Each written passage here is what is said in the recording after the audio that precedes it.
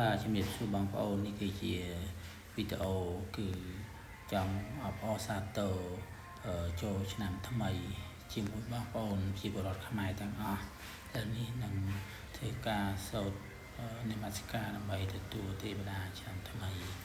នមោតស្សៈភគវតោអរហតោសម្មាសម្ពុទ្ធស្សៈនមោតស្សៈភគវតោអរហតោសម្មាសម្ពុទ្ធស្សៈ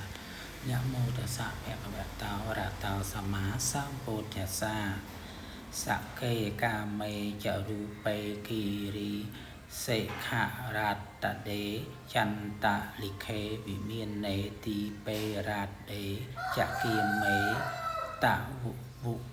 វវនកហនេកេហវត្តធម្មហេខេតេភូមិចាយន្តោទេវិចលធលវិសមេយខ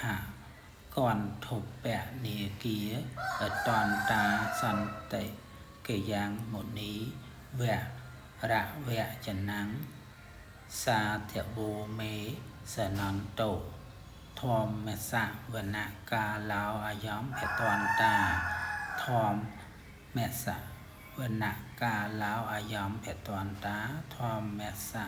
វនកាឡោអយំភតន្តាឱកាសរតនំករោមិសូមគ្រប់លោកទេវតាចាំថ្មីពនាមគូរិភទេវីក្នុងសព្វស័ក្តិពុទ្ធសករាជ2568ដែលព្រះនាងជាបុត្រីទី2របស់កបិលមហាព្រហ្មដូច្នេះកូនចៅនៅក្នុងកម្ពុជារដ្ឋនេះសូមធ្វើការទទួលនិងគោរពដល់ទេវតាឆ្នាំថ្មីគឺឆ្នាំរោងផ្លាស់ចូលឆ្នាំម្សាញ់សូមព្រះនាងជួយថែរក្សាសត្វលោកបាននៅសេចក្តីសុខរីកចម្រើនគឺបានបញ្ជានៅគ្រោះធម្មជាតិគ្រោះកាចគ្រោះទុរភិក្សទាំងឡាយសូមឲ្យបរិវេជាឆ្ងាយបាននៅសេចក្តីសុខរីកចម្រើនហើយគ្រឿងសក្ការៈទាំងឡាយនេះយើងខ្ញុំថ្វាយដើម្បីទទួលទេវតាឆ្នាំថ្មីសូមព្រះនាងទទួលចូលរួមចូលថាឆ្នាំថ្មីរីករាយនៅគ្រឿងសក្ការៈដ៏តិចតួចដែលកូនចៅ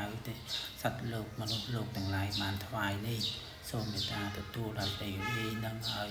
សត្វលោកទទួលបានសេចក្តីសុខសេងសានចាប់ពីពេលនេះតទៅសូមអរគុណ